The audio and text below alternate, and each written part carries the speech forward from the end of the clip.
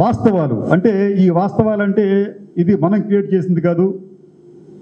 RBI, నీతి ఆయోగ్, అలాగే ASSOCHAM, CRISIL వంటి కేంద్ర ప్రభుత్వ సంస్థలు, ప్రైవేటు రంగంలో పేరు ప్రఖ్యాతున్న సంస్థలు రూపొందించిన నివేదికల ఆధారంగానే ఈ రోజున మేము మాట్లాడటానికి ఇక్కడికి వచ్చాం. ఈ నివేదికలు ఒకసారి పరిశీలిస్తే ఆంధ్రప్రదేశ్ అనేది ఎక్కడ ఏ రంగంలోనూ వెనుకబడి లేదు. మౌలిక రంగాల విషయంలో కూడా అద్భుతమైన పురోగతిని సాధించింది.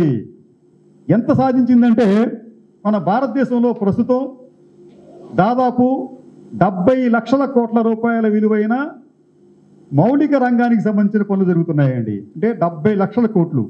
దీన్ని మనం ఎట్లా కంపేర్ చేసుకుంటామంటే ఆంధ్రప్రదేశ్కి సంబంధించి బడ్జెట్, వార్షిక బడ్జెట్ సుమారుగా 2,30,000 కోట్లు అనుకుందాం ఉంది ప్రస్తుతానికి. అది దీనికి అనేక రెట్లు ఎక్కువగా దేశంలో ఈ మౌలిక రంగంలో పనులు జరుగుతున్నాయి. అవి దాదాపు 70 లక్షల కోట్ల రూపాయలు.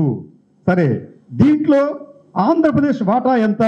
ఎందుకంటే అనేక కేంద్ర రాష్ట్ర ప్రభుత్వాల ఉన్న సమూహంతో ఉన్న ఆంధ్రప్రదేశ్ చిన్న రాష్ట్రం అయినప్పటికీ కూడా ఈ మౌలిక రంగంలో చేస్తున్న ఖర్చుల్లో దాదాపు 10% ఆంధ్రప్రదేశ్లోనే జరుగుతోంది. ఇది చాలా మందికి తెలియని విషయం అండి. ఇది ఈ 70 లక్షల కోట్ల రూపాయల్లో సుమారు 6.5 లక్షల కోట్ల రూపాయల విలువైన పనులు ఆంధ్రప్రదేశ్లో కేంద్ర ప్రభుత్వం, రాష్ట్ర ప్రభుత్వం, అలాగే ప్రైవేట్ సెక్టర్లో కూడా అమలు జరుగుతున్నాయి. అంటే మీకు ఈ దేశంలో ప్రస్తుతం అమల్లో ఉన్న అయితే ప్రస్తుతం జరుగుతున్న ఈ మౌలిక రంగ పెట్టుబడుల్లో దాదాపు 10% ఆంధ్రప్రదేశ్లో జరుగుతోంది. అంటే ఇది నమ్మశక్యం కాదు, కానీ నిజం. ఈ నివేదికనిచ్చింది ఎవరంటే credit rating information services India limited, CRISIL అని చెప్పి అంటామండి. క్రిసిల్ అనే మాట చాలా మందికి తెలుసు. వారిచ్చిన నివేదిక.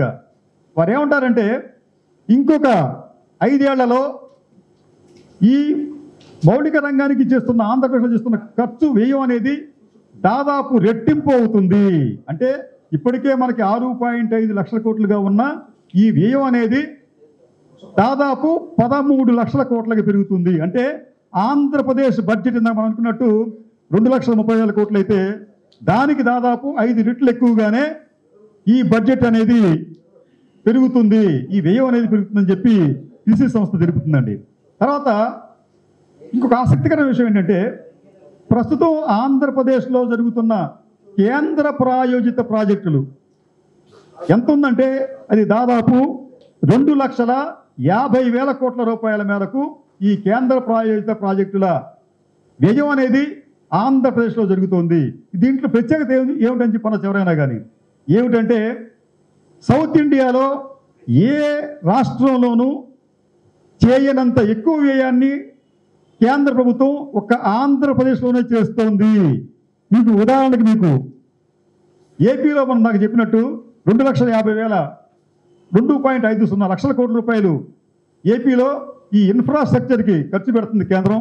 ఇదే మీకు తెలంగాణకు వచ్చేటప్పటికి అక్కడ 90,000 కోట్ల రూపాయలు మాత్రమే, కర్ణాటక వచ్చేటప్పటికి 1,40,000 కోట్ల రూపాయలు, తమిళనాడుకు వచ్చేటప్పటికి 1,75,000 కోట్ల రూపాయలు, కేరళకు వచ్చేటప్పటికి 42,000 కోట్ల రూపాయలు మాత్రమే ఉంది. అంటే మనం కేంద్రంతో సత్సంబంధాలు పెట్టుకోవడం వలన ఆంధ్రప్రదేశ్కి ఇబ్బడి ముబ్బడిగా అనేక కేంద్ర ప్రాజెక్టులు కూడా మనకి అమలు జరుగుతున్నాయి.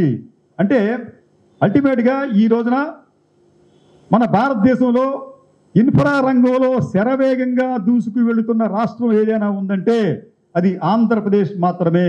మీకు అనేక పోర్ట్లు వస్తున్నాయి, మీకు ఎయిర్పోర్ట్లు వస్తున్నాయి, సీ పోర్ట్లు వస్తున్నాయి, జలమార్గాలు వస్తున్నాయి. ఇది కాకుండా ఇంజనీరింగ్ కాలేజ్, మెడికల్ కాలేజెస్, ఇలాగే ఏ రంగం చూసినప్పటికీ కూడా అత్యధికంగా ఆంధ్రప్రదేశ్లో మనం ఖర్చులు పెడుతున్నాము. ఇవన్నీ కూడా మన ఆంధ్రప్రదేశ్కి సంబంధించి మనం సాధించిన గొప్ప ఘన విజయంగా దీన్ని మనం భావించాలి. అట్లాగే మీకు 2022-23 ఆ సంవత్సరంలో ఆంధ్రప్రదేశ్ పారిశ్రామిక రంగంలో సాధించిన వృద్ధి 23.36%. ఇది ఆర్బీఐ ఇచ్చిన నివేదిక అండి. ఇది అంటే జనరల్గా మనకి ఎటువంటి ప్రచారం చేశారంటే ఆంధ్రప్రదేశ్లో పరిశ్రమలు రావటం లేదు, పరిశ్రమలు లేవు, ఉపాధి లేదు, ఇవన్నీ అబద్ధాలు చెబుతూ ఇప్పటిదాకా ప్రజల్ని మభ్యపెట్టి వారి మైండ్స్ని పొల్యూట్ చేస్తూ వచ్చారు. కానీ వాస్తవాలు ఎలా ఉన్నాయండి?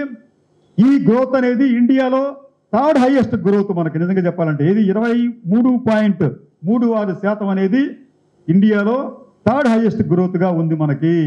ఇన్ని అచీవ్మెంట్స్ పెట్టుకొని కూడా మనం ఆంధ్రప్రదేశ్ గురించి తక్కువ చేసి చులకనగా మాట్లాడుతున్నాం అనే భావన కలుగుతోంది. దీని నుంచి మనం మన దగ్గర ఉన్న సమాచారాన్ని 10 మందికి పంచుకోవాల్సిన అవసరం ఉంది.